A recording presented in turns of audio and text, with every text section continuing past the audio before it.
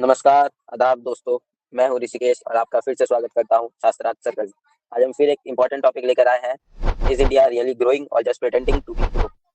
ये टॉपिक इसलिए इम्पोर्टेंट है क्योंकि हम सब जीडीपी के बड़े बड़े नंबर आजकल सुनते रहते हैं, पर ऑन ग्राउंड रियलिटी क्या ये नंबर हमारी जिंदगी तक पहुंच रही है, ये सवाल बनता है।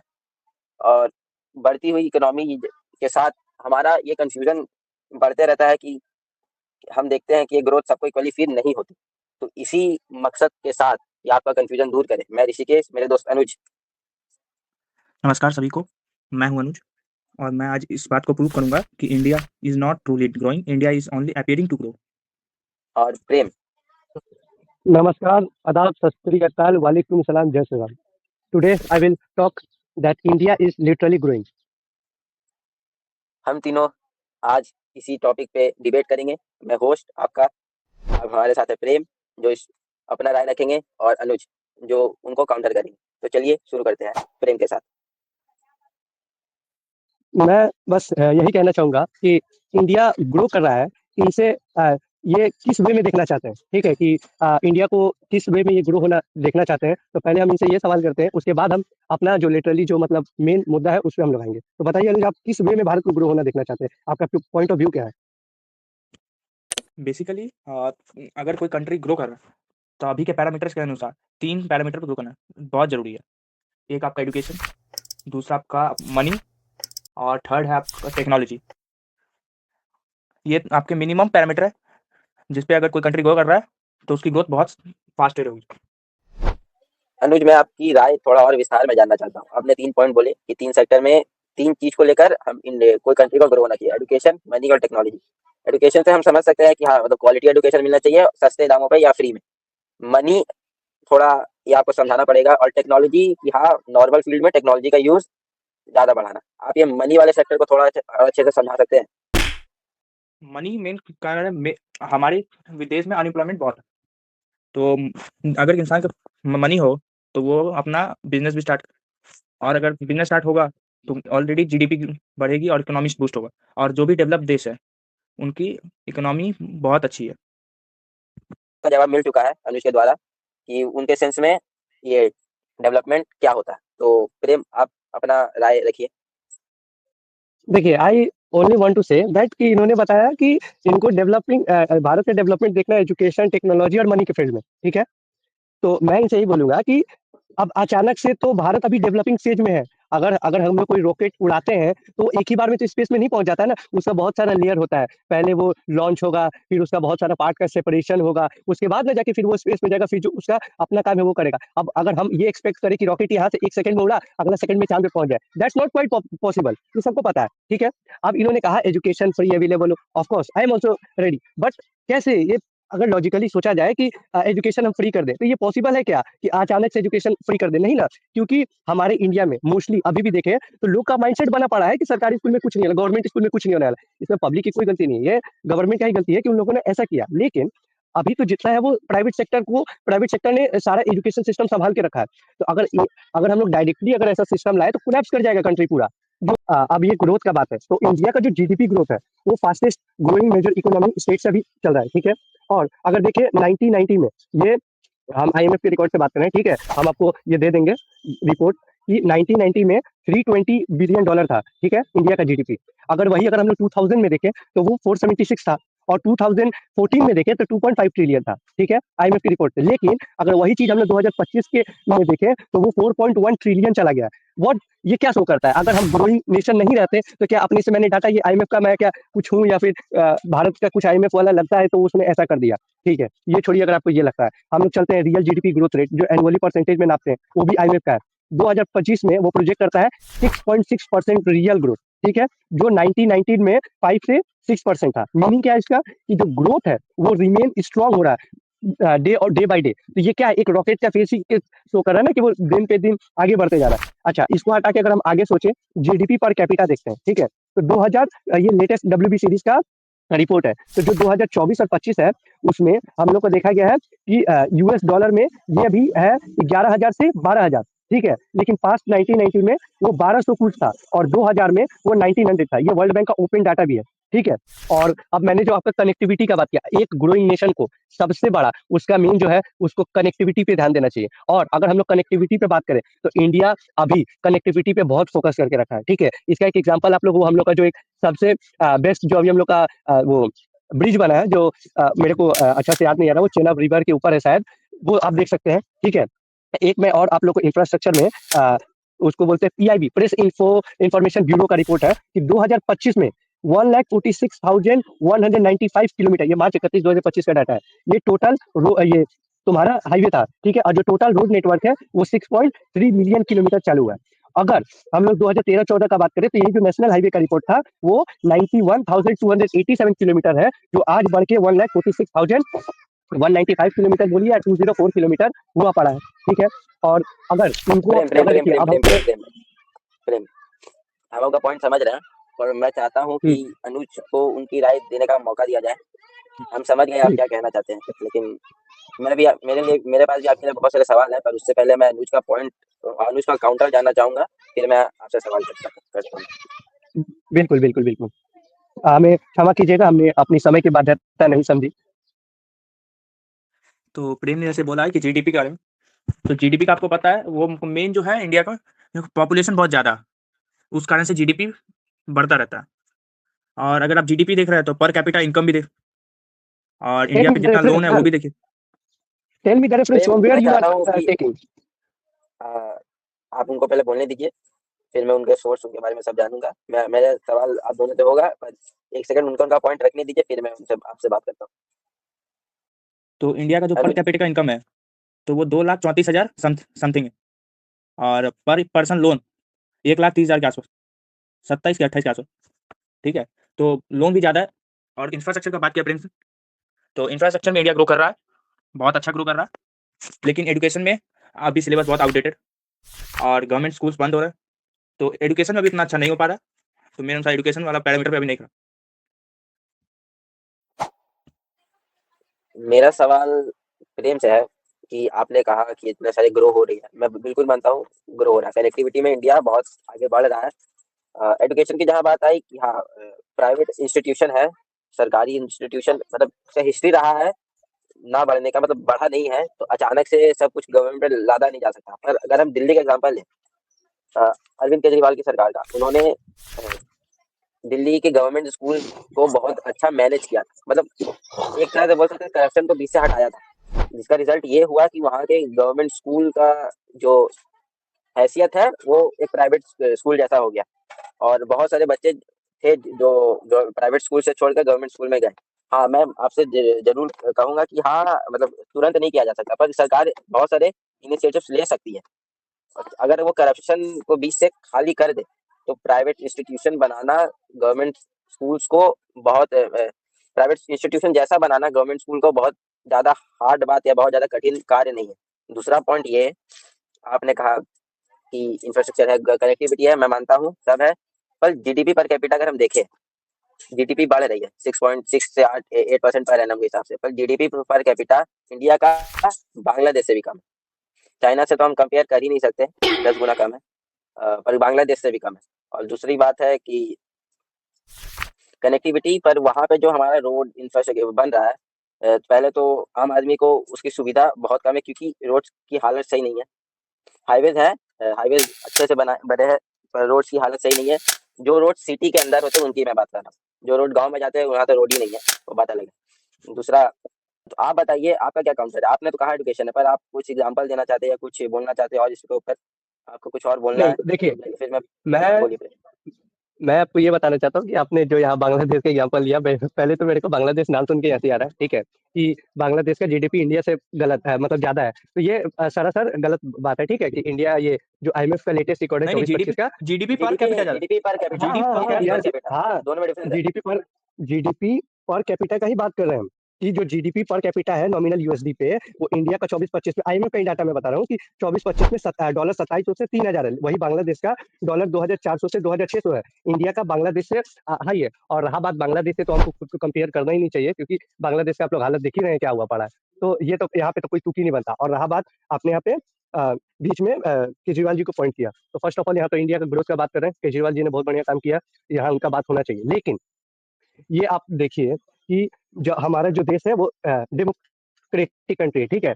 अब अगर मैं एज एक सेंट्रल बॉडी पार्ट हूँ और मेरा जो नेक्स्ट वाला जो मेरा जो स्टेट है उसमें अगर मेरी सरकार नहीं है, तो जो मैं फंड रेज करके आपको दे रहा हूँ तो उसका सही से इस्तेमाल हो रहा है कि नहीं, ये मेरे पास अच्छे से मॉनिटर करने का जगह नहीं रहेगा, ठीक है। वहाँ पे वो गवर्नमेंट मेरे को सपोर्ट नहीं करती है, और सब कोई गवर्नमेंट कर दे लेकिन और सब जो रूलिंग पार्टी है जो अगेंस्ट है हमारे सेंट्रल उसके, तो वो सब करेंगे लेकिन उतना सपोर्ट नहीं करेंगे। अरविंद केजरीवाल जी ने किया, अच्छा रोल मॉडल पेश किया, नो डाउट, लेकिन उन्होंने ये करके दिखाया है, ठीक है। अगर हम देखें आज के जो हमारा जो गवर्नमेंट है उसको भी हम ट्रूली डिनाई नहीं कर सकते कि वो एजुकेशन को सपोर्ट नहीं करता है।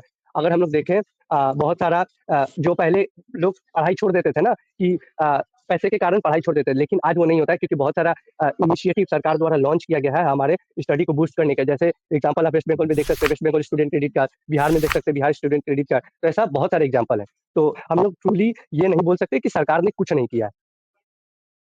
प्रेम का पॉइंट सही था, मैं इस पे आऊंगा, पर उससे पहले मैं अनुज से चाहता हूँ कि आप अपने पॉइंट को आगे बढ़ाते हुए इस पे और प्रकाश डालिए। तो अभी एजुकेशन को सबसे आगे निकलते हैं और अनएम्प्लॉयमेंट पे ध्यान देते हैं। तो देखिए, मान लेते हैं हम लोग एजुकेटेड हो गए, ठीक है। इंडिया का लिटरेसी रेट 77.7% है, लेकिन उसमें से 20% ग्रेजुएटेड लोग आज अनएम्प्लॉयड है। चाहे वो ये बीटेक ग्रेजुएट हो, बीकॉम ग्रेजुएट, बीबीए ग्रेजुएट हो, इवन सीएस भी आजकल अनएम्प्लॉयड है। और ये सीए का डेटा जो है मैंने एक लिंक्डइन पोस्ट से लिया है, जो सीए आयुष मेहता ने किया था, ठीक है। और ये तो आपको प्राइवेट, और अगर गवर्नमेंट जॉब्स की बात करें तो पेपर लीक। तो एजुकेशन पे तो हमने बात की, अनएम्प्लॉयमेंट पे हम आते हैं। तो एज ग्रोइंग नेशन ये एविडेंट होना चाहिए कि हमारा ग्रोथ के पीछे एक फैक्टर होना चाहिए, हमारी जो जनता है उनको नौकरी मिले। क्योंकि एक कॉमन सेंस यूज करें तो अगर कोई कंट्री ग्रो हो रही है और वो अगर ग्रो हो रही है तो वहाँ का देश के जो युवा है उनको नौकरी मिल रही होगी। नौकरी मिल रही होगी तो पैसा सबके पास आ रहा होगा, जिसकी वजह से हमारी जीडीपी बढ़ रही है। पर बहुत सारे रिपोर्ट्स और नॉर्मल अगर हम देखें तो ऐसा मतलब हालत पूरी उल्टी है। सर पहले जो 48% इंजीनियरिंग ग्रेजुएट, 48, और 66% बीकॉम, 46% बीबीए। इतने बड़े बड़े नंबर्स के ये मतलब युवा, ये हाल फिलहाल का डेटा होगा 2-3 साल का, हाँ हाँ, इतने ये परसेंट रिसेंट युवा है। अनएम्प्लॉयबल है, अनएम्प्लॉयड है, जबकि हमारा देश का जीडीपी बढ़ रहा है। ये ऐसा सर क्यों? इसका रीजन है स्किल गैप, और स्किल गैप क्यों है? Education outdated. तो अनुज अपना पॉइंट वहां से जोड़ लें। प्रेम, आप इस पर कुछ कहना चाहेंगे? जी हाँ, बिल्कुल। इन्होंने बहुत मस्त मुद्दा उठाया, अनएम्प्लॉयमेंट, जो एक मेजर ट्रेंडिंग रोल है किसी भी डिबेट को जीतने का। अगर किसी भारत में किसी भी डिबेट से हमें जीतना है तो उसमें सबसे बड़ा मुद्दा उठा दो अनएम्प्लॉयमेंट, दूसरा मुद्दा उठा दो उसमें कि पेपर लीक। अरे मेरे भाई, पेपर लीक का बात वो करते हैं अगर जिन्हें खुद वो करने का मौका मिले तो वो खुद करेंगे कि मैं कर रहा हूँ तो सही है, बाद बाकी करे तो गलत है। I am supporting totally wrong. लेकिन पेपर लीक क्यों होता है? क्या सरकार करवाती है? पेपर लीक क्या सरकार करवाती है? कि पेपर लीक आदमी खुद करवाता है? पेपर बनाता क्यों? कौन है? अरे भाई मेरे अगर पेपर, आप बना रहे हैं अगर तो आपकी मेरे जिम्मेदारी है। सुनिए, अगर कॉलेज पेपर बनाता है तो कॉलेज उस हिसाब का सेव करके रखता है, ठीक है। लेकिन क्या कॉलेज के गवर्नमेंट बॉडी में क्या ये सरकार काम करती है? सरकार का जो कार्यकर्ता है वो सब काम करते हैं, ठीक है। तो उन्हीं में से अगर मानिए मेरा कोई रिश्तेदार हुआ, अब वो दगाबाजी करते, इसमें तो सिस्टम को फॉल्ट नहीं दे सकते ना कि सिस्टम का गलती है। पेपर लीक हो रहा है, गलत बात है, सरकार को ध्यान देना गवर्नमेंट चाहिए। मेरा बात सुन लीजिए ना, उसके बाद हम बताते हैं। हाँ बोलिए, बोल लीजिए पहले। नहीं, बोल लीजिए। गवर्नमेंट कोई एक इंसान नहीं होता, गवर्नमेंट ढेर सारे लोगों का ग्रुप होता है जो अलग अलग हायरार्की पे बैठे रहते हैं। अगर नहीं, बिल्कुल ये बिल्कुल। आजकल की गवर्नमेंट को गड़बड़ी आदत कर हो रहा है, गया, सिर्फ एक जन को देखते हैं सुपीरियर, नहीं बाकी कोई नहीं, नहीं है, अब बाकी मिनिस्टर कुछ नहीं करते। बस अब सुन, अच्छा मैंने आपके टाइम में कुछ नहीं बोला, मेरे को भी मेरा पॉइंट एक्सप्लेन करने का मौका दीजिए। I am also going sorry. I am also going to connect my dots, okay. मैं ये बता रहा हूँ कि मैं कोई लिटरली सिंगल आदमी को नहीं पॉइंट कर रहा हूँ। अगर मानिए कि देखिए, अगर मेरा जान पहचान है तो मैंने यहाँ सोर्स लगा के, यहाँ रेफरेंस लगा के मैंने ये काम करवा लिया, ठीक है। मैं बोल रहा हूँ कि यहाँ गवर्नमेंट का फेलियर है, टोटली फेलियर है। अगर पेपर वहाँ पे वो हो रहा है, टोटली फेलियर है। गवर्नमेंट को इनिशिएटिव निकालना चाहिए और इसका प्रॉपर जांच होना चाहिए। आप हम लोग का जितना सारा पेपर आईटी जेई, ठीक है, ये सभी लीक हुआ, नीट हुआ था, नीट अभी रिसेंट में हुआ था, ठीक है। तो अगर हम देखें तो इस पे अगर हम एक प्रॉपर इनिशिएटिव निकाल के काम करें ना तो ये इजीली आराम से ठीक हो जाएगा, ये कोई बड़ा मुद्दा है नहीं, ठीक है। और ये जो पेपर लीक हो रहा है ना, तो इसमें हम लोग को भी खुद को समझ होना चाहिए ना कि एक क्वालिटी पे किसी को कुछ मिलता है। इन्होंने जो एक बेस्ट मेरे को बात लगा इनके पॉइंट ऑफ व्यू में, स्किल गैप, बहुत बढ़िया बात बोला कि सरकार को फोकस करना चाहिए। सिलेबस जो आउटडेटेड है, जो कंप्यूटर अब एग्जिस्ट नहीं करते, उसके बारे में भी हम लोग को पढ़ाया जाता है। आई एम ऑल्सो अ स्टूडेंट। तो ये है कि मतलब स्किल गैप, तो ये स्किल गैप पे सरकार को, गवर्नमेंट को ध्यान देना चाहिए। बट इस एक चीज को लेके अगर आप पॉइंट कर देंगे कि पूरा गवर्नमेंट में फेलियर है, तो ये गलत है। और दूसरा बात, अनएम्प्लॉयमेंट। अनएम्प्लॉयमेंट का बहुत सारा कारण होता है, एक कारण के चलते आप पॉइंट नहीं कर सकते। सबसे बड़ा कारण जो आपने खुद मेंशन किया, स्किल गैप, ठीक है, ये एक कारण मान सकते हैं सरकार का। बट क्या हमने ये कभी ट्राई किया कि हम वो स्किल गैप खुद से कम करें? हमारे पास सरकार ने तो इतना सारा दे दिया ना। अब रहा बात एम्प्लॉयमेंट बढ़ाने का, तो सरकार अब इनिशिएटिव ला रही है ना धीरे धीरे, मेक इन इंडिया। और हमारा जब देश को जब फुल्ली फ्रीडम मिला, तो ऑटोमेटेड होने में समय लगा। ऑटोमेटेड होने के बाद हमारे जो कार्य है, काम है, उसको समझने में समय लगा। तो अब धीरे धीरे ना काम होता है। मैंने क्या बताया कि रॉकेट एक बार में स्पेस में नहीं पहुंचता, रॉकेट को टाइम लगता है। मैं मानता हूँ कि बहुत सारा अनएम्प्लॉयमेंट रेट है, कोई बात नहीं, मैं एकदम ट्रूली मानता हूँ, लेकिन समय लगेगा। अब मेक इन इंडिया का प्रोसेस है, जिसके चलते कितना लोगों को काम मिल रहा है। तो हमें थोड़ा और वक्त देना चाहिए अपने गवर्नमेंट को, कि वो थोड़ा इस पे काम करे। ये मेरा ओपिनियन है।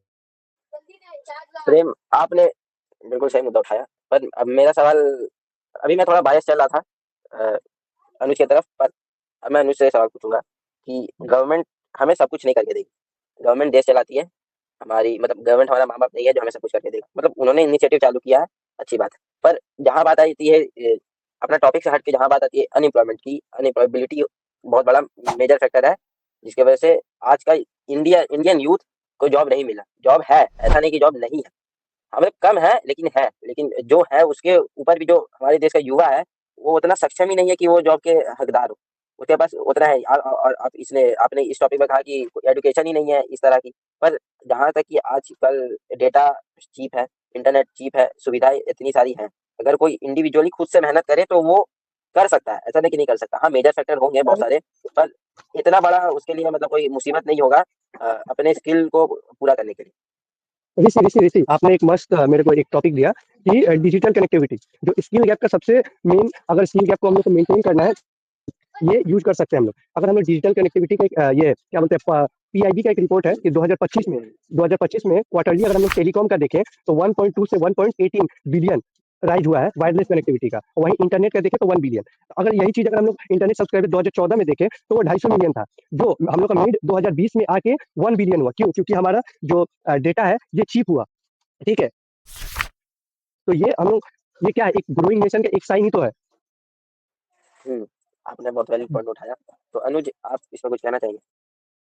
हाँ, तो क्या कहा आपने, स्किल? हाँ, तो स्किल्स आपको अगर आप बाहर से सीख इंडिविजुअल रहे की हैं रिस्पॉन्सिबिलिटी तो के बारे में बात कर रहे हाँ, तो इंडिविजुअल रिस्पॉन्सिबिलिटी सीख रहा है, तो आपको करिकुलम करना ही है। उसके अपार्ट आपको उस पर एफर्ट देना है। तो क्यों ना हम इसको करिकुलम में ही इंक्लूड करें? हमको क्यों आउटडेटेड सिलेबस पढ़ाना है? नहीं, मतलब आप देखिए, इतना बड़ा देश है इंडिया के पास, उसके हम्म, खुद के चैलेंजेस है। उसमें सबसे बड़ा चैलेंज है उसका पॉपुलेशन और उसका एरिया। इतना बड़ा देश है, ऐसा है कि मतलब अगर आप सिलेबस बढ़ाना भी चाह रहे हैं, अभी जिस तरह का टाइम चल रहा है, 5 साल पहले एआई नहीं था, 5 साल बाद एआई आ गया अचानक से। लेकिन अब हम क्या करें? कुछ नहीं कर सकते। अगर 5 साल पहले जो हमारा सिलेबस था, उसको अचानक से एआई हमें इंक्लूड करना है, बहुत सारी चीजें हटानी है, गवर्नमेंट को टाइम लगेगा। एक साइन का नहीं है कि एक साइन करे तो हट जाएगा, सिलेबस बदल जाएगा। इतना इतना आसान नहीं है ना सिलेबस बदलना, उसके लिए भी टाइम लगेगा। अगर उसके लिए भी 2-3 साल लगेगा, 2-3 साल में अगर सिलेबस चेंज करते हैं, तब तक एक नया चीज आ जाता है। तो इस यहाँ पे एक हमारे देश की जनता की रिस्पॉन्सिबिलिटी है कि मतलब वो खुद से करे, मतलब वो खुद इंडिया को ग्रो करने में मदद करे एज एन इंडिविजुअल। सर, जनता की रिस्पॉन्सिबिलिटी है, क्योंकि मैं कॉलेज में देखता हूँ विंडोज 6 यूज कर, इसलिए नहीं कर रहे, 6 नहीं 7, इसलिए नहीं कर रहे कि उनके पास पैसा नहीं है, नहीं खरीद सकते, इसलिए कर रहे क्योंकि उनके साथ फेमिलियर है। तो हमारे जो प्रोफेसर है वही फेमिलियर है, तो उनको पुराने अगर अगर सिस्टम को चेंज करना, तो प्रोफेसर्स को भी अपस्किल करना, तो इसमें टाइम लगेगा। लेकिन इसमें कभी भी चेंज नहीं आ रहा है, दिक्कत वो है। हम लोग जो 2000 में पढ़ रहे थे वही अभी भी पढ़ रहे हैं। थोड़ा तो चेंज होना चाहिए, भले ही 5 साल बाद फिर चेंज, तो पिछला 5 साल का सिलेबस पढ़ेंगे ना, वो 50 साल पिछला पढ़ के क्या फायदा? नहीं, आपकी बात सही है। हम एक ऐसे संकट से गुजर रहे कि हमारे आगे कुआं है, पीछे खाई है। हम कुछ नहीं कर सकते। हम बस, जो हमारे पास एक वरदान है, ये ऑनलाइन बूम का, जो हमारे कुछ सालों में आया है। जियो इंटरनेट बूम है, और पेंडेमिक की मदद से जो हमारे जो ऑनलाइन रिसोर्सेज बढ़े हैं, हमें उसकी मदद लेनी होगी थोड़ा एजुकेशन सेक्टर को इम्प्रूव करने के लिए। पर अब प्रेम अपनी राय रखेंगे। तो हम लोग का जो कंटेक्स्ट था कि इंडिया जो ग्रोइंग कर रहा है, उसमें एक और जो हम लोग मेन पॉइंट करते हैं कि हमारा जो मेन ग्रोइंग नेशन में जो मेन क्या बोलते हैं, अगर कोई चीज बूस्ट करने में तो सबसे बड़ा हाथ है, तो वो हम लोग का देख सकते हैं एयर कनेक्टिविटी, ठीक है। तो अगर हम लोग 2025 का रिपोर्ट देखें तो पहले एआईआई मैनेज करता था 2014 में एआई, ये जागरण जोश .com का डाटा है, ठीक है, कि हम लोग का एआई 2014 में 74 और मोर रजिस्टर्ड एयरपोर्ट मैनेज करता था, लेकिन 2025 में एआई 147 एयरपोर्ट को मैनेज करता है, ठीक है। और अगर दूसरा वहीं पे हम लोग देखें पॉवर्टी रेट, जो सबसे मेस्ट किसी भी ग्रोइंग नेशन में, तो अगर हम लोग ये 1990 का देखें तो उस समय 30% से 45% पॉवर्टी रेट था, ठीक है। और अगर अभी लेटेस्ट वर्ल्ड बैंक का देखें 2022-23 का, तो जो मल्टी डायमेंशनल पॉवर्टी है हेड काउंट, उससे 18% चला गया है 2022 में, ठीक है। और जो दूसरा मेन इंपॉर्टेंट पार्ट है वो ह्यूमन डेवलपमेंट का है। ये रिपोर्ट है यूएनडीपी का कि जो 22 में इंडिया का था वो 0.644 है रैंकिंग, और जो उसका रैंकिंग था 134/193 है, ठीक है, जो पास्ट में 0.434 था, जो 48% इंप्रूव हुआ है इस बार, ठीक है। और एट लास्ट खत्म करते वक्त बस इतना बता रहा हूँ कि जो हम लोग का फॉरेन डायरेक्ट इन्वेस्टमेंट जो सबसे बड़ा पार्ट होता है किसी भी ग्रोइंग नेशन के लिए, कि हम लोग का 24-25 में India become largest foreign direct investment recipient among developing economy, और एनुअली जो एफडीआई इनफ्लो होता है वो रोज हुआ है 1990 से to 10 of billion per year in 2010 and 2020। ये आईएमएफ का रिपोर्ट है, मैंने नहीं बनाया बैठ के घर में, समझ रहे हो। और जो ग्लोबल रोल है उसमें भी इंडिया अभी world top 5 economy by GDP चल रहा है, जो पास्ट में मिड साइज हुआ करता था। इसमें और कुछ आपको है जो बोल सकता हूँ, लेकिन आप बताइए आपका क्या ओपिनियन है, कैसे आप बोल सकते हैं कि इंडिया एक ग्रोइंग इकोनॉमी और एक ग्रोइंग कंट्री नहीं बन रहा है, बताइए। सर मैंने स्टार्ट में ही बोला था कि इंफ्रास्ट्रक्चर डेवलप हुआ है, आप घूर के इंफ्रास्ट्रक्चर पे ही आ, ठीक है, और सिर्फ इंफ्रास्ट्रक्चर डेवलपमेंट से नहीं होगा। फॉरेन डायरेक्ट इन्वेस्टमेंट मैंने यहाँ पॉइंट किया, फिर ह्यूमन डेवलपमेंट मैंने पॉइंट किया, फिर ग्लोबल रोल मैंने यहाँ पॉइंट किया, पोवर्टी तक पॉइंट किया। अब इससे बड़ा मैं क्या आपको ओपिनियन दूं किसी भी डेवलप्ड कंट्री के लिए? और भी कुछ ओपिनियन होता है क्या इंफ्रास्ट्रक्चर? आप ही बताइए। वर्ल्ड हैप्पीनेस इंडेक्स में हम लोग 126 नंबर पे आ रहे हैं 143 देश में, ठीक है। अगर सब कुछ इतना अच्छा होता रहता तो ये नहीं होता। चलिए आपने तो एक क्या कहते हैं ऊपरी परत दिखाई, अब हम नीचे की दिखाएं, ठीक है। तो रिसेंटली गवर्नमेंट ने पार्लियामेंट में बोला है कि ब्लैक मनी जो है वो अब्रॉड में कितना उनके पास उसका डेटा नहीं, ठीक है। लेकिन स्विस बैंक ने रिवील किया है कि India money jump 3 times in 2024 reaching 37,600 crore, जो कि होता है 37,600 करोड़। इतना देखिए स्विस बैंक में व्हाइट मनी बहुत कम है, जो भी है ब्लैक मनी है। और फिर बात करते हैं कोर्ट जो है जुडिशरी बहुत ही अभिन्न पिलर है, तो 5 करोड़ से ज़्यादा केस पेंडिंग इंडिया में ही है। और इसके बाद हमारे लीडर्स पे बोलते हैं तो 700 से ज़्यादा, आई थिंक 763 मेंबर्स है लोकसभा और राज्यसभा मिला के, जिनमें से 306 क्रिमिनल के comparing both ruling party and opposition, ठीक है। ये मेरा डेटा नहीं, ये भी एडीआर का डेटा, मैंने घर पे नहीं बनाया। बाकी पेपर लीक पे तो बात होगी। तो अब अंत की ओर बढ़ते हुए मैं बस यही कहूंगा कि इंडिया ग्रो हो रहा है, पर हम ग्रोथ का मतलब इकोनॉमिक ग्रोथ समझते हैं, ये सही नहीं है। अनुज ने पॉइंट आउट किया कि जो अनुज पॉइंट बता रहे थे वो इकोनॉमिक ग्रोथ के अराउंड नहीं था, वो एक सोसाइटल ग्रोथ भी था, वो एक ह्यूमन डेवलपमेंट भी था, वो पॉवर्टी भी था, क्योंकि इंडिया में जो इकोनॉमिक ग्रोथ हो रही है वो मेनली सिर्फ एचएनआई यूएचएनआई की वजह से हो रही है। सर वो ह्यूज देश पॉपुलेशन की है आम जनता, हमारे पास सबसे बड़ा पॉपुलेशन, सबसे बड़ा मार्केट है, हमारे तो पास सबसे इकोनॉमिक ग्रो ज्यादा होगा। युवा है। हाँ, इकोनॉमिक ग्रो हो रहा है, मैं कोई शक नहीं है इसमें, इंडिया ग्रोथ हो रही है, कोई शक नहीं है इसमें, इंफ्रास्ट्रक्चर वाला कोई शक नहीं है इसमें, फिर हमारा फास्टेस्ट ग्रोइंग नेशन है, इसमें कोई शक नहीं है। पर इंडिया अपने आप में उसे एक वरदान है और एक श्राप है, क्योंकि हमारा हालत ऐसा है कि हम ग्रो तो कर रहे हैं, पर हमारा जो ग्राउंड लेवल पे ग्रोथ है वो थोड़ा अफेक्ट हो रहा है। तो सरकार और देश की जनता दोनों को इस पे ध्यान देना ही पड़ेगा।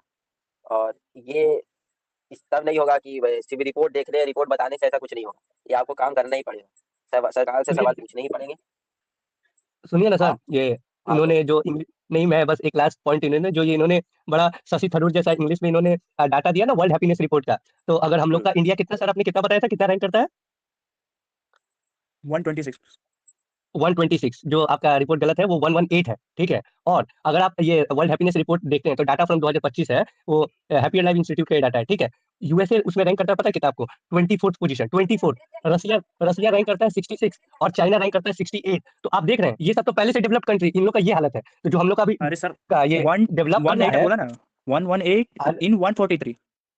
अरे वही मैं बता रहा हूँ, अब सुनिए वो तो 26 कि वन वन अंतर 26 और 118 में अंतर 68 नहीं समझ में आ रहा। 68 और 68 और 118 में आपको अंतर नहीं समझ आ रहा कि जो कंट्री पहले डबल से अंतर है। डेवलप्ड हो चुके हैं, उनका अभी अभी पोजीशन 68 चल रहा है। तो सोचिए, अभी ये तो कंट्री डेवलप कर रहा है, बहुत सारा हैप्पीनेस लेवल अभी और गिरने हैं। जब वो डेवलपिंग फेज पूरा स्टार्ट हो जाएगा, तो हैप्पीनेस लेवल लेके आप किसी के ग्रोइंग स्टेज पे उंगली नहीं उठा सकते। हैप्पीनेस लेवल एक अलग कैटेगरी है, आप उसको इसमें ना इन्वॉल्व करें। शशि थरूर जैसे इंग्लिश में सॉरी बोलने प्रेम, से सही नहीं हो जाता है। आप का बात गलत है। जब हम बोलते हैं इंडिया इज ग्रोइंग और नॉट, ग्रोइंग में जस्ट इकोनॉमिक ग्रोथ नहीं आता, सोसाइटल ग्रोथ आता है, इमोशनल ग्रोथ आता है, सब आता है। तो world happiness index, world poverty index, उसे भी हमें यहाँ पे देखना पड़ेगा। और जहाँ बात है रिपोर्ट की, क्या बोलते हैं कि वो सही है या गलत, उसकी मेथोडोलॉजी सही है गलत, उस पर क्वेश्चन हम कर सकते हैं। बहुत सारे सवाल उठते हैं वर्ल्ड हैप्पीनेस इंडेक्स की रिपोर्ट पर, क्योंकि यूक्रेन जहाँ पे वॉर हो रहा है वो भी इंडिया से ऊपर आ रहा है। जहाँ बात आती है जीडीपी पर कैपिटा की मेथोडोलॉजी पे, कि हमारा देश की 2800 यूएसडी वो है, पर वो इस तरह से नापा जाता है कि वो भी गलत है। हो सके तो अगर हम सही से देखें तो ग्राउंड रियलिटी पे वो जो 2800 भी है वो बहुत ज्यादा है, 2800 यूएसडी डॉलर, वो भी बहुत ज्यादा है, उससे भी कम होगा कि मेथोडोलॉजी बट वो वहाँ पे तो रिपोर्ट करने वाली। अमीर गरीब सबको लेके रहता है ना, हाँ तो वो एवरेज ग्राउंड होता रियलिटी चेक है नहीं कर 10। सकते। जो हाँ हमारे पास क्योंकि डेटा है वही 10 में हमको से मानना पड़ेगा। लेकिन हमारा बस यही कहना है कि एक देश की डेवलपमेंट में, खासकर इंडिया में, इंडिया का जो एग्जांपल है वो सबसे अलग है, सबसे अलग। वो कोई देश की, क्या बोलते हैं, कोई देश की प्री प्लान्ड व्यवस्था से नहीं चल सकता, कभी नहीं चल पाएगा। हमारा देश मैक्रो लेवल पे ग्रो हो रहा है, इंफ्रास्ट्रक्चर बढ़िया, सब कुछ अच्छा चल रहा है, अच्छी बात है। पर ऑन द ग्राउंड रियलिटी सरकार को और हो सके तो आम जनता को भी अपने सर ओर से, हो सके नहीं, हमें वो इम्पोर्टेंट है। गवर्नमेंट एक हाथ है तो जनता दूसरी है। पर इसे एक के इंडिया करने की से नहीं चलेगा। पर इंडिया की जनता को सिर्फ अपने अधिकार चाहिए, उनकी जो ड्यूटी है वो उनको कभी करना नहीं है। इसलिए मैंने कहा हो सकता है हम तीन हैं 140 करोड़ में, हो सकता है कि हम बात करें इन सब पे। सब नहीं करते, बहुत से करते हैं लेकिन सब नहीं करते। हाँ, सब तो नहीं बस, करते सर, इसीलिए तो डेटा है जो मैंने अभी दिया आपको क्रिमिनल केस का, वो भी हाँ तो हमारे हमारे द्वारा चुने हुए हैं। हाँ, वो भी हमारे द्वारा चुने हुए। बस यही है कि अगर ट्रूली ग्रो करना इंडिया को, तो एक तो है सरकार को थोड़ा करप्शन फ्री होना पड़ेगा, और दूसरा जनता को देश को आगे लेके जाना होगा। सिर्फ सरकार कुछ नहीं कर सकती। तो इसी के साथ अब हम अलविदा लेंगे आज के इस वीडियो से। आपको जो भी सीखने मिला, आपके जो भी थॉट्स है वो कमेंट सेक्शन में लिखिए। मैं ऋषिकेश, अनुज और प्रेम कहते हैं अलविदा, मिलते हैं अपने अगले वीडियो में। नमस्कार।